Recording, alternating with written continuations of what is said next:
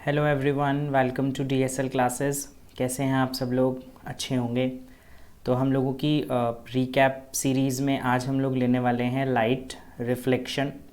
Light is very important chapter of class 10th physics. Again CBSE ने इस chapter में से भी कुछ भी डिलीट नहीं किया है और आपके बहुत अच्छे रिस्पॉन्सेज हमको मिल रहे हैं। और आप ऐसे ही हमारे चैनल को सब्सक्राइब करें, लाइक करें, ज़्यादा से ज़्यादा शेयर करें, जिससे कि हम आपके लिए इसी तरीके की अच्छी अच्छी वीडियोस बनाकर आपके नॉलेज को इन्हेंस करें। चलो स्टार्ट करते हैं। लाइट रिफ्लेक्शन की अगर हम बात करें तो हम अभी अपने फेस को देख कर आए हैं मिरर में और हमने अपने चेहरे को देखा, उसकी इमेज बनी। सेम इसी प्रोसेस को रिफ्लेक्शन बोलते हैं, बचपन से हम लोग पढ़ रहे हैं। और लाइट हम सभी जानते हैं कि बिना लाइट के हम किसी भी चीज़ को नहीं देख सकते हैं।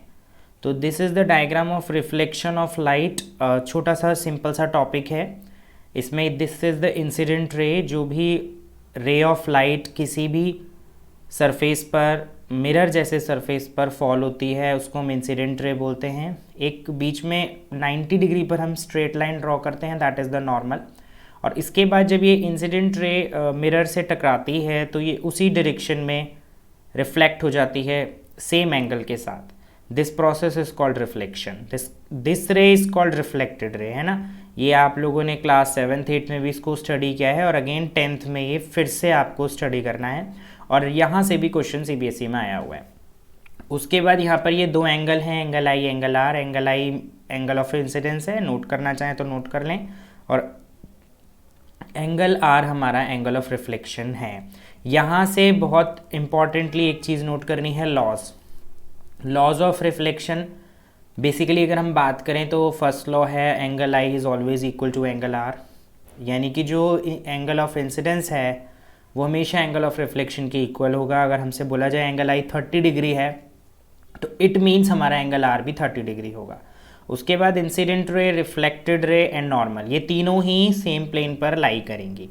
चलो नेक्स्ट टॉपिक पे मूव करते हैं। Image formed by plane mirror. Plane mirror very common example है, हमारे घरों में अवेलेबल है। और यहाँ से हमको ये क्वेश्चन पूछा जाता है सीबीएसई में बहुत बार कि what are the characteristics of the image formed by plane mirror. तो हमें लगता है बहुत सिंपल सा टॉपिक है, हम लोग इजीली लिख पाएंगे, लेकिन यहाँ पर हम लोग अपने मार्क्स को लूज कर देते हैं अगर हम ओवर कॉन्फिडेंस हो जाते हैं तो image formed by plane mirror में फर्स्टली वर्चुअल इमेज फॉर्म होती है, बिकॉज जो भी आप अपने आप को देख रहे हैं that is the virtual image, नकली इमेज है, वो रियल में आप खुद नहीं हो।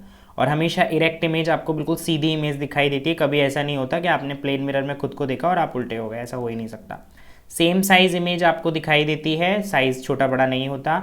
और distance of the object from the mirror is always equal to the distance of the image from the mirror. Distance हमेशा इक्वल होगा। और सबसे इंपॉर्टेंट चीज़, image is literally inverted. Literally inverted का मतलब सब लोग जानते हैं कि जो हम लेफ्ट साइड पर है राइट साइड पर दिखाई देगा, और जो राइट साइड पर है लेफ्ट साइड पर दिखाई देगा। रेड एक छोटा सा एग्जांपल मैंने दिखाया, तो अल्फ़ाबेट्स आपको सारे उल्टे दिखाई देते हैं। तो आपने देखा होगा जब एम्बुलेंस को हम देखते हैं तो वहाँ पर उल्टा लिखा रहता है।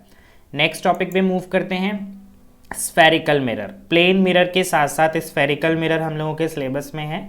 तो there are two types of spherical mirror. Concave mirror है, ये डायग्राम बना हुआ है कॉनकेव मिरर का। इनवर्ड रिफ्लेक्टिंग सरफेस है, केव मीन्स गुफा होता है और गुफा में आप अंदर ही जाते हैं, तो ये रिफ्लेक्टिंग सरफेस इनवर्ड है। इसका याद करने का सिंपल तरीका है रिफ्लेक्टिंग सरफेस इनवर्ड। और convex mirror, reflecting surface outward है इसका, और इसको हम कॉन्वेक्स मिरर बोलते हैं। कॉनकेव मिरर में अगर आप इन्फिनिटी से किसी भी ऑब्जेक्ट को देखते हैं तो आपकी इमेज फोकस पर बनती है। इसका रिफ्लेक्टिंग सरफेस इनवर्ड है, इसीलिए ये कन्वर्ज कर देता है और इसको हम कन्वर्जिंग मिरर भी बोलते हैं। कॉन्वेक्स मिरर की अगर हम लोग बात करें तो ये डाइवर्ज करता है, प्रॉपर्टी है इसकी कि ये कन्वर्ज नहीं करता, ये डाइवर्ज कर देता है, और इसीलिए इस मिरर को हम लोग डाइवर्जिंग मिरर भी बोलते हैं। ये हमारा पोल है, centre of the mirror. Focus आप सबको पता है, प्रिंसिपल फोकस आप सबने स्टडी किया हुआ है कि जितनी भी parallel ray of light, parallel beam of light आती हैं वो सभी रिफ्लेक्शन के बाद एक ही पॉइंट पर गिरती हैं, उसको हम प्रिंसिपल फोकस बोलते हैं। This is the centre of curvature, क्योंकि ये स्फेरिकल मिरर है, स्फेयर का एक पार्ट है, तो ये इसका सेंटर है और सेंटर ऑफ कर्वेचर हम इसको बोलते हैं। अच्छा, यहाँ पर ये जो चीज़ें लिखी हुई हैं ये बहुत इंपॉर्टेंट है, क्योंकि यहाँ से हमसे पूछा जाता है what are the characteristics of the image formed by concave mirror as well as convex mirror. तो अगर हम कॉनकेव मिरर की बात करें तो कॉनकेव मिरर में रियल इमेज भी बनती है as well as virtual image भी बनती है, और साइज स्मॉल भी होता है, सेम भी होता है और एनलार्ज भी होता है, जो अब भी हम कुछ ही टाइम में स्टडी करेंगे इमेज फॉर्मेशन में। लेकिन अगर हम कॉन्वेक्स मिरर की बात करते हैं तो कॉन्वेक्स मिरर में हमेशा जो इमेज है वो वर्चुअल स्मॉल इन साइज बनती है। देखो मैंने लिखा भी हुआ है यहाँ, image is always virtual and small size. तो जनरली हमको ये पता होना चाहिए कि ऐसा कौन सा मिरर है जो वर्चुअल और स्मॉल साइज की इमेज देता है, तो कॉन्वेक्स मिरर है। लेट्स मूव करते हैं अब हम लोग नेक्स्ट टॉपिक पर। These are the diagrams that is shown the image formation by concave mirror। यहाँ पर मेंशन नहीं है, लेकिन आप लोग प्लीज़ इसको ध्यान रखें, और आप नोटबुक अगर लेकर बैठते हैं प्रैक्टिस करते हैं तो आप पॉज करके वीडियो को और इन डायग्राम्स को ड्रॉ कर सकते हैं। यहाँ पर हमारा ऑब्जेक्ट इन्फिनिटी पोजीशन पर है, तो लाइट की रेज जब पैरेलल जाती है आफ्टर रिफ्लेक्शन फोकस से पास होती है, इमेज हमारी फोकस से बनती है, फोकस पर बनती है, पॉइंट साइज इमेज है, डिमनिश्ड है। तो ये तीनों चीज़ें नोट कर लें। सेकेंड केस में जो हमारा ऑब्जेक्ट है वो बियॉन्ड सी यानी सेंटर ऑफ कर्वेचर के पीछे है ऑब्जेक्ट की पोजीशन। अगेन एक रे ऑफ लाइट बिल्कुल सीधी जाती है, रिफ्लेक्शन के बाद फोकस से पास होती है, और हमेशा एक रे ऐसी होती है जो सेंटर ऑफ कर्वेचर से जाती है और उसी डायरेक्शन में वापस हो जाती है। जब हम इसको कंप्लीट करेंगे तो हमारे को जो इमेज मिलेगी वो सेंटर ऑफ कर्वेचर और फोकस के बीच में मिलेगी। यहाँ पर जो इमेज का साइज है वो स्मॉल है, रियल है और इन्वर्टेड है। Now this is very important case, क्योंकि यहाँ पर सेम साइज इमेज हम लोगों को मिल रही है जैसा कि प्लेन मिरर में होता है। तो अगर हमारी ऑब्जेक्ट की पोजीशन सेंटर ऑफ कर्वेचर पे है तो हमारी इमेज की पोजीशन भी सेंटर ऑफ कर्वेचर पर बनेगी, सेम साइज होगी, रियल होगी और इन्वर्टेड होगी। रियल इमेज कौन सी होती है? जो हम स्क्रीन पर ऑब्टेन करते हैं, जैसे आप मूवी थिएटर में, वीडियो रिकॉर्डिंग में, जो भी इमेज, अगर आप क्लास अटेंड कर रहे हो DSL क्लासेस पर, तो जो आप इमेज देख रहे हो that is the real image. और फिर से एक बार याद दिला दूँ, इस चैनल को आप सब्सक्राइब कर लो नहीं किया है तो, और ज़्यादा से ज़्यादा शेयर करो, लाइक करो और कमेंट करो। आगे नेक्स्ट फोर्थ पोजीशन है, हमने अपने ऑब्जेक्ट को अब रख लिया है centre of curvature and focus के बीच में। Centre of curvature and focus के बीच में हमने ऑब्जेक्ट को रखा, स्ट्रेट लाइन गई, फोकस से पास हुई, दूसरी लाइन सेंटर ऑफ कर्वेचर से जाएगी, उसी से वापस हो जाएगी। तो इमेज कहाँ बन रही? बियॉन्ड सी बन रही है। यहाँ पर ध्यान रखना है थोड़ा सा, बियॉन्ड सी इमेज बन रही है। NCERT में इसकी टेबल है, वहाँ से उसको आप नोट कर सकते हो। नेचर कैसा है सर? नेचर बिल्कुल साफ दिखाई दे रहा है सर, उल्टी है, और उल्टी इमेज हमेशा रियल होती है, रियल, इन्वर्टेड, और जो साइज है वो थोड़ा सा एनलार्ज है। This is the another case, focus पर हमारा ऑब्जेक्ट है तो इन्फिनिटी पर हमारी इमेज बन रही है।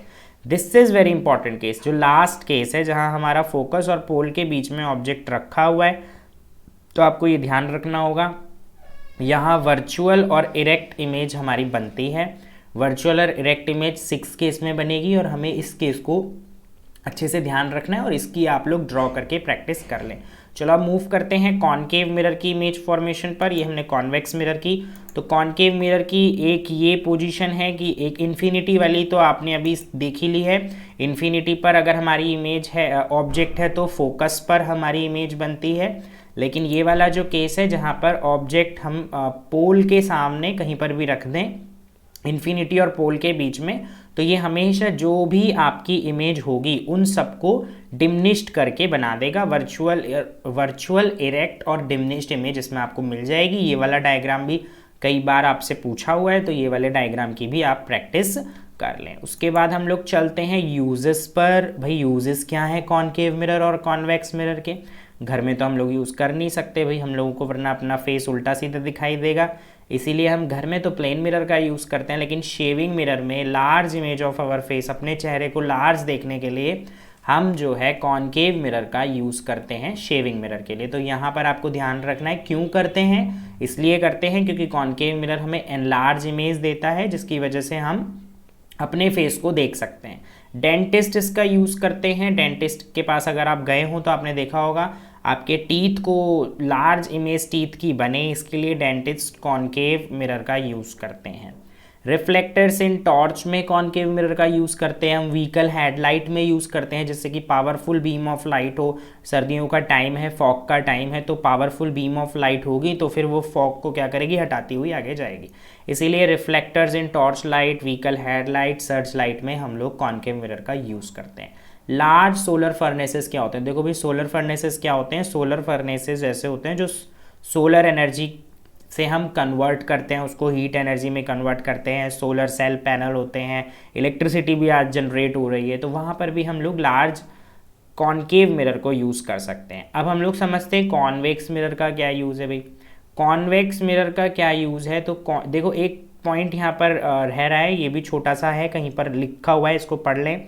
कॉनकेव डिश में भी इसका यूज़ करते हैं कॉनकेव मिरर का। ये अभी की बात है क्योंकि अभी एंटीना वगैरह नहीं है, डिश आ गई है, तो डिश में टीवी सिग्नल को रिसीव करने के लिए हम लोग कॉनकेव मिरर का यूज़ करते हैं। तो यहाँ पर ये 3 4 5 कॉनकेव मिरर के यूजेस हैं, आप सभी याद रखें। अब हम लोग चलते हैं कॉन्वेक्स मिरर के यूजेस पर। नाउ डिस्कस करते हैं कॉन्वेक्स मिरर के यूजेस। तो कॉन्वेक्स मिरर के लिए एक वर्ड यूज़ होता है, एग्जाम में नॉर्मली हमसे पूछते हैं, rear view mirror. What is the meaning of rear view? देखो रियर का मतलब होता है बैक, बैक साइड में जो भी जितना भी ड्राइवर के पीछे का व्हीकल है, रोड का जो भी सिनेरियो है, वो देखने के लिए ड्राइवर क्या करता है, अपने साइड विंग्स, व्हीकल के साइड में कॉन्वेक्स मिरर का यूज़ करता है। अगर आपने नहीं देखा है तो आपके पास अगर कोई भी व्हीकल है तो आप वहाँ से देख सकते हैं। छोटा सा मिरर 2 साइड में लगे होते हैं, ये क्या करते हैं, बैक साइड पे जितना भी ट्रैफिक है ड्राइवर को वो दिखाते हैं। तो ये भी क्वेश्चन बहुत बार आया हुआ है कि रियर व्यू मिरर में हम कौन सा मिरर यूज़ करते हैं, कॉन्वेक्स मिरर यूज़ करते हैं व्हीकल्स के लिए। क्यों करते हैं? To see the traffic behind the driver, है ना। डिमिनिश्ड इमेज बनाएगा, वर्चुअल बनाएगा, इरेक्ट बनाएगा, तो हम उसको इजीली देख पाएंगे।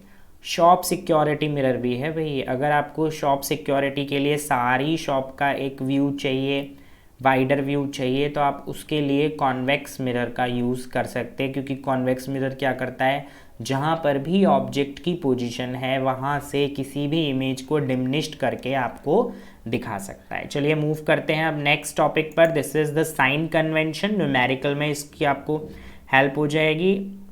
न्यूमेरिकल भी कई बार सीबीएसई में आ जाते हैं। तो कॉनकेव मिरर, कॉन्वेक्स मिरर का साइन कन्वेंशन होता क्या है? साइन कन्वेंशन में देखो बच्चों थोड़ी सी मैथ्स लगती है, तो यहाँ आपको कोऑर्डिनेट ज्योमेट्री वाली मैथ्स थोड़ी सी सिखाऊंगा मैं। यहाँ पर u जो है रिप्रेजेंट करता है ऑब्जेक्ट डिस्टेंस को। तो ये देखिए मिरर में, कॉनकेव मिरर में ऑब्जेक्ट हमेशा सामने होता है, और अगर आपको पता हो तो हम लोग लेफ्ट साइड में कोऑर्डिनेट ज्योमेट्री में माइनस लेते हैं। तो u हमारा नेगेटिव होगा, ये नेगेटिव का सिंबल है ये। उसके बाद v जो है हमारा इमेज का डिस्टेंस है, इमेज से पोल तक का जो डिस्टेंस है। तो देखो भाई कॉनकेव मिरर में इमेज जो है वो बिल्कुल रियल बनती है, इसीलिए स्क्रीन पे ऑब्टेंड हो जाती है ना। तो v भी हम लोग नेगेटिव लेंगे क्योंकि लेफ्ट साइड पे बन रही है। लेकिन जो 6th वाला केस है वर्चुअल वाला, उसमें v पॉजिटिव बनती है। वर्चुअल वाला केस एक बार फिर से दिखा देते हैं आपको। ये वर्चुअल वाला केस है, तो यहाँ देखिए जो इमेज बन रही है ये क्या बन रही है, ये मिरर के बिहाइंड बन रही है ना, वर्चुअल है। तो यहाँ पर जो हम v लेंगे वो पॉजिटिव ले लेंगे। तो यहाँ पर ये थोड़ा साइन कन्वेंशन ध्यान रखना होगा। f क्या है सर? f फोकल लेंथ है, हम लोगों ने पढ़ा हुआ है। प्रिंसिपल फोकस और पोल के बीच का जो डिस्टेंस है इसको फोकल लेंथ बोलते हैं, और सेंटर ऑफ कर्वेचर के बीच का डिस्टेंस है, पोल और सेंटर ऑफ कर्वेचर के बीच का जो डिस्टेंस है इसको हम रेडियस ऑफ कर्वेचर कहते हैं। ये आप सबने पढ़ा हुआ है। f जो है हमारा फोकल लेंथ है, और फोकल लेंथ को हम नेगेटिव लेंगे क्योंकि ये भी लेफ्ट साइड में आ रहा है, और यहाँ पर भी हम फोकल लेंथ को नेगेटिव लेंगे। अब हम बात करते हैं height of object and height of image की। ऑब्जेक्ट की हाइट वाई एक्सिस पर आएगी, और ऊपर पॉजिटिव होता है, नीचे नेगेटिव होता है। भाई जितना ऊपर जाओगे उतना प्लस पॉइंट पाओगे, जितना नीचे रहोगे उतने माइनस पॉइंट में रहोगे। ठीक है, नीचे अगर आपको देखना है तो एक चैनल को सब्सक्राइब कर दो, शेयर करो, कमेंट करो, लाइक करो, है ना। चलो अब अगर हम ऑब्जेक्ट हमारा अपवर्ड है तो मतलब ये पॉजिटिव हो गया। हाइट जो है, इमेज हमारी इन्वर्टेड बनेगी, देखो जैसे यहाँ भी दिख रहा है, इमेज इन्वर्टेड उल्टी हो जाएगी, और उल्टी इमेज है तो minus, height of image minus होगी, लेकिन वर्चुअल के केस में पॉजिटिव हो जाएगी। कॉन्वेक्स मिरर की बात करें तो कॉन्वेक्स मिरर में u हमारा नेगेटिव होगा, f हमारा पॉजिटिव होगा। पॉजिटिव क्यों होगा? देखो राइट साइड में है, डाइवर्जिंग मिरर है। v इमेज डिस्टेंस है, फोकस पर ही इमेज बनेगी, यहीं पर इमेज बनेगी, तो ये v जो है हमारा पॉजिटिव हो जाएगा। अगर हम बात करें हाइट ऑफ ऑब्जेक्ट की, तो हाइट ऑफ ऑब्जेक्ट हमेशा पॉजिटिव रहती है क्योंकि सीधा ऑब्जेक्ट सामने खड़ा हुआ है, लेकिन जो हमारी इमेज है ये हमेशा वर्चुअल और इरेक्ट इमेज बनाएगा। बच्चों इरेक्ट इमेज क्या होगी? सीधी होगी सर, तो इरेक्ट इमेज क्या होगी? पॉजिटिव होगी। साइन कन्वेंशन क्लियर हो गया? नहीं क्लियर हुआ है तो वीडियो को पॉज करके थोड़ा सा रिवाइंड कीजिए और दोबारा से इसको क्लियर कर लीजिएगा, क्योंकि ये बहुत इंपॉर्टेंट है, इसके बिना आप न्यूमेरिकल नहीं कर पाओगे। इसके बाद ये फॉर्मूला है एक जो हम लोगों को यूज़ करना होता है, मिरर फॉर्मूला। आपका इसका डेरिवेशन नहीं है, कहाँ से आया ये अभी हमको नहीं पढ़ना है।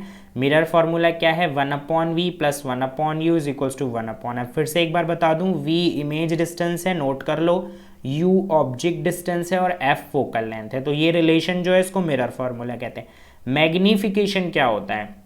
बहुत बार ये क्वेश्चन आता है, what do you mean by magnification?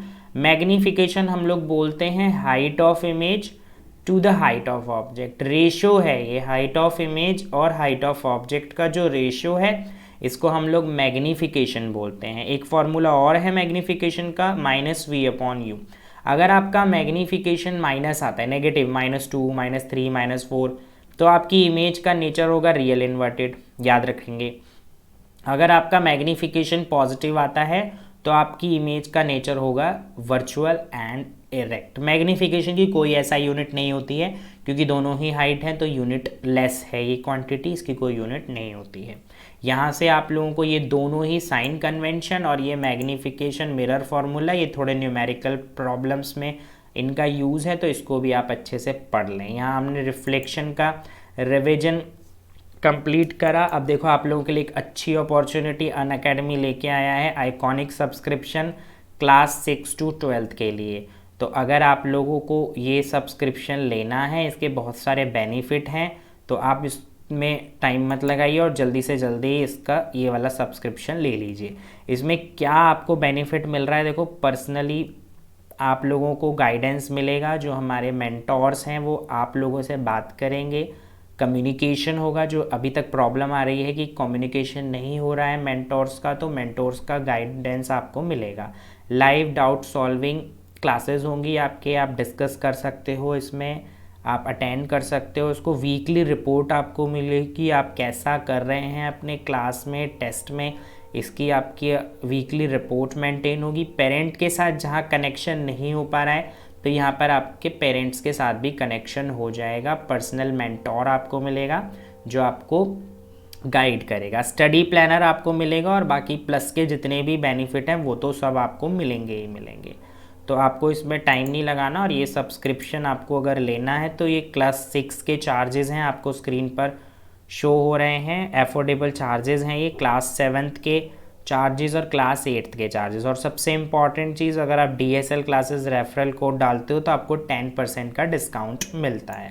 ये क्लास 9th 10th 11th और 12th के चार्जेस हैं, आप इसको ले सकते हो और इसका बेनिफिट उठा सकते हो। और आप अगर आपने हमारी वीडियो अच्छी लगती है आपको तो आप उसमें लाइक करें, कमेंट करें, शेयर करें और सब्सक्राइब करें, और हम आपके लिए ऐसी ही वीडियोज़ और बनाते रहेंगे।